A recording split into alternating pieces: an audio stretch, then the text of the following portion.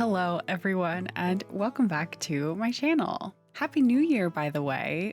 We made it out of 2020. Congratulations. I would say that I hope you all are doing well, but I realize that might be a lot to ask. So I'll just say I hope that you are hanging in there. This is just a general reminder to take care of yourself. If you haven't already today, go get a glass of water, maybe go outside and stare directly into the sun for a few minutes.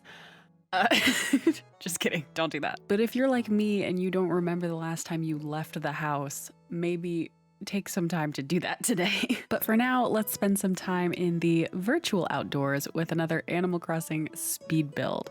This was originally, as you can see, supposed to be a museum speed build, but I didn't notice until like a couple of hours into building that the museum is an odd number of spaces. And I had built out this whole plaza like symmetrical with an even number of spaces. And for some reason, I didn't notice until much later that the museum has a 3-wide entrance and all of my paths were 2 wide. So that kind of sucked. But it's okay, we made it work. We just had to improvise, adapt, overcome. I switched gears in the middle of the video, decided to, instead of putting a museum there, I put my player character houses there. But it actually worked out really nice, and I was a little bit concerned because at first, when I was trying to figure out plan B, I originally thought of just putting my house there, and this would just be a very grand plaza in front of my house. But the player character houses are also an odd number of spaces, so still had the same problem. But then I remembered I have 2 player character houses on this island, and 2 odd numbers add up to 1 even number. Good thing I went to college, am I right, ladies? Anyway, so that's what we're doing today. I'm building up this plaza for what I thought was gonna be in front of the museum, but it actually just turned into a personal garden for my Animal Crossing character. The reason I have 2 houses on this island, one of them used to be my partner's when we shared a Switch, and then they got their own Switch and abandoned me, which is fine, it's fine. But I still have their house on my island, and thank goodness, because otherwise I really would have had no idea what to do. But the 2 houses at the top of this plaza looked really, really nice. I do also want to quickly give credit to Ethan of Varuna Crossing for my main inspiration behind this plaza, particularly this picture right here. I saw this on Instagram a while ago and I just immediately fell in love with it. I thought it was beautiful, like everything that Ethan does. So I wanted to try and recreate it, but, you know, put a twist on it, obviously, because I do not approve of the plagiarism. So definitely go check out Varuna Crossing on Instagram. I will have it linked down below as well.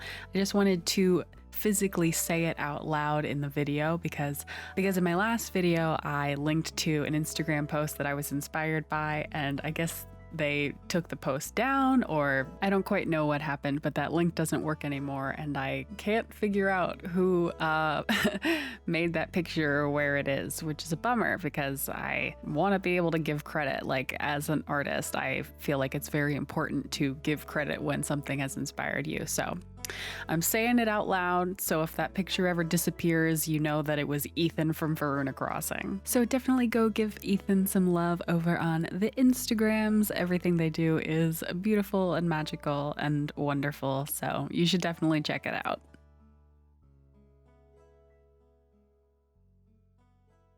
So we are almost at the point where I finally realized that the museum was not gonna work. I was about an hour into the build. I'm not really sure why I didn't notice this earlier on because I did place the museum down quite early in the build, but for whatever reason, I didn't notice. And I think in the end, it's probably for the best that I didn't notice, because I'm sure that if I had noticed it at the beginning, I probably would have just given up and tried to put the museum somewhere else. But then I wouldn't have had this lovely area to put my houses down. So in the end, it worked out.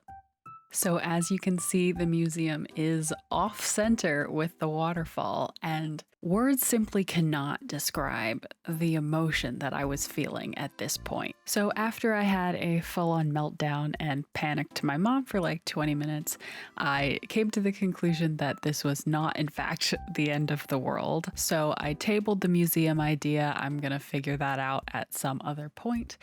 And I decided to go with the 2 player character houses in this area instead.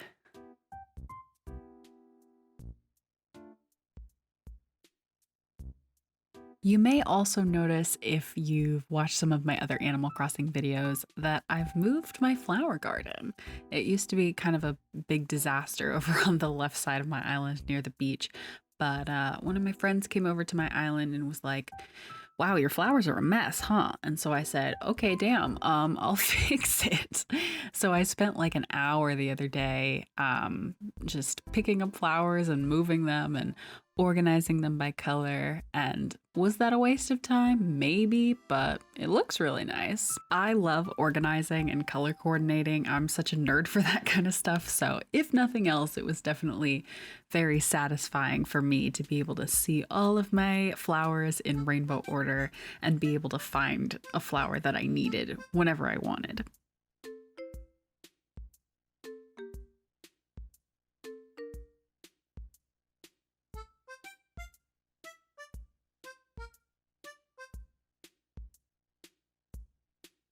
By the way, this is not related to literally anything, but I just wanted to talk for a little bit about the Wild World soundtrack because it's so good. I don't know how many of you are familiar with the like OG Animal Crossing games, but I've been using the Wild World soundtrack in my Animal Crossing videos because that was my first Animal Crossing game. I never played New Leaf or City Folk, so I only played Wild World on the DS. And I was obsessed with it. And this music just brings back such good memories. And I wanted to know if any of you also like feel that way about this soundtrack because I think it's better than the New Horizons soundtrack. And admittedly, that could just be my nostalgia looking back and like remembering this very fondly. But honestly, like this music is incredible. And I kind of wish that there was some way to mod the New Horizons game so that I could listen to the Wild World soundtrack while I'm playing New Horizons. Is that dumb? I don't know. I just love this music a lot.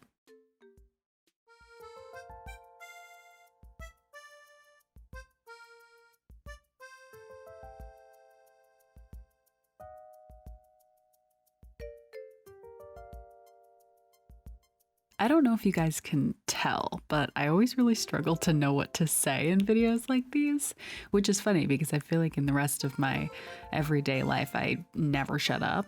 And then I have to talk for like 14 minutes straight, and I'm like, no thoughts, head empty, nothing to say. Let me know how you feel about the rambliness, because I just feel like it might be a little bit redundant to explain what's happening in the video while you're watching it because you can see it. At least that's my opinion.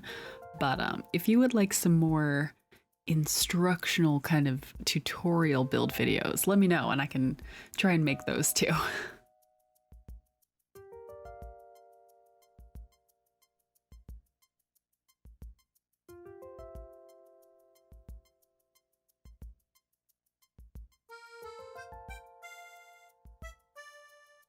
So a couple of days have passed, and by that I mean I time traveled a couple days in the future. Don't worry about it, it's fine. So all of my trees have grown in, the bushes have grown in. I've also moved both of the houses to the places they're going to be. I've also, as you can see, dug out a little bit of a hole in between the houses that Sally is currently absolutely vibing in. Look how cute she is. I literally cannot handle it. I was planning on doing kind of a sunken waterfall situation in this area, but I didn't really like the way that it turned out. I did leave a little bit of footage in there just about how I created the sunken waterfall because I know that that is something that a lot of people really like doing. So if you're interested in making kind of a sunken waterfall, stay tuned.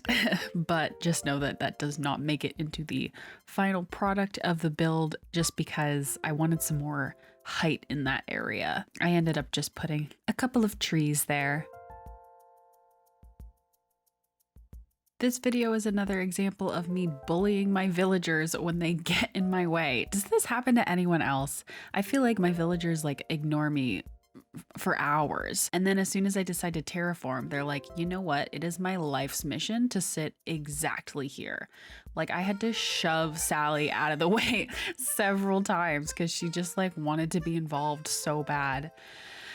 Anyway, so this is how the Sunken waterfall turned out. I think in general they look very cool, and I probably will attempt to do another one somewhere else on my island, but I think they look best when there's some kind of cliff behind them that kind of like falls into the waterfall so that there's more height, because otherwise it's just a hole in the ground. So I think this just wasn't the right place for it.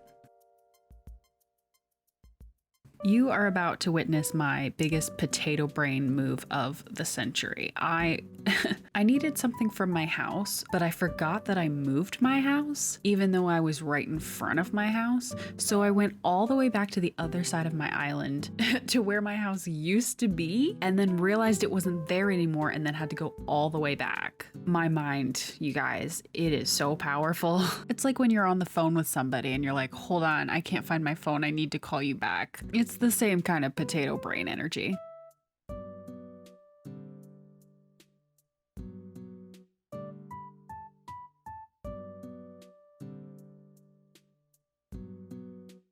So this is kind of when I decided I didn't like how the Sunken waterfall looked, because literally all you can see of the statue is her tiny little head. Yeah, like I said, I think it would have been more successful in a different area of the island, but we'll just cross that bridge when we get there. I am planning on doing a more natural area of my island elsewhere, probably near the campsite, maybe near the museum, depending on how it works out. And I think a Sunken waterfall would probably work better in an area that's more natural.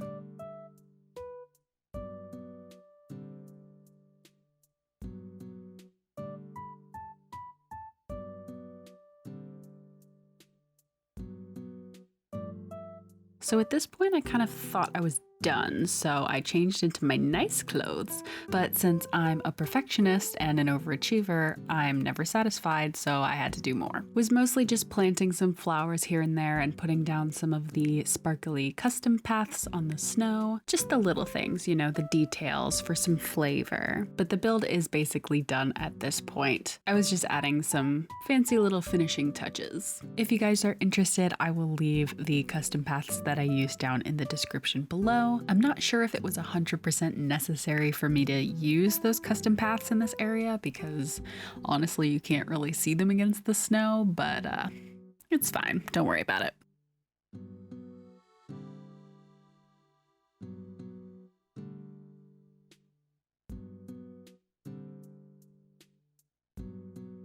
So here we are with the final walkthrough of my house exterior / garden plaza build. I'm really happy with how it turned out. I hope you like it as well. I love the color palette. I love the red and the pink together with the really crisp white of the snow. Again, big shout out to Ethan of Varuna Crossing on Instagram for being my main inspiration for this area. I will link their Instagram down below in the description so you guys can go check them out. You can also follow me on Instagram at bean.land. I will put that in the description as well. Also, feel free to come hang out with me on Twitch over at twitch.tv/MichaelaBell. Also, shout out to Des for crashing my outro. What's up, Des? How you doing? Thank you guys so much for watching this video. I really hope you enjoyed it. If you did, let me know in the comments, and be sure to give this video a like and subscribe. Also, let me know in the comments what other types of videos you might want to see, because I still have a lot to do on my island still, so I'd be interested in what kind of ideas you guys might have. Again, I hope that you are doing well, or at least as well as you can do. Also, Des says hi, so hopefully that helps. Have a great day. I will see you in the next one. Bye!